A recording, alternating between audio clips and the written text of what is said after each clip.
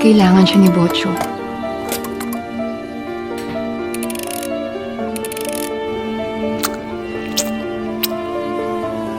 Kahit saglit lang.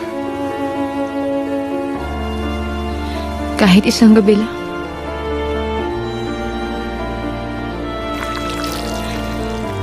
Pahiram ng asawa mo.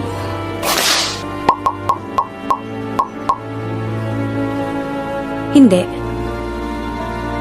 Ayoko. Kahit lumuhod ako dito ngayon, lahat ng gusto mo gagawin ko. Wala kang kailangang gawin. Wala rin akong kailangang ipaliwanag sa'yo. Hindi ko siya ipinagdadamot sa anak mo bilang isang ama. Pero bilang isang asawa, karapatan kong ipagdamot ang asawa ko.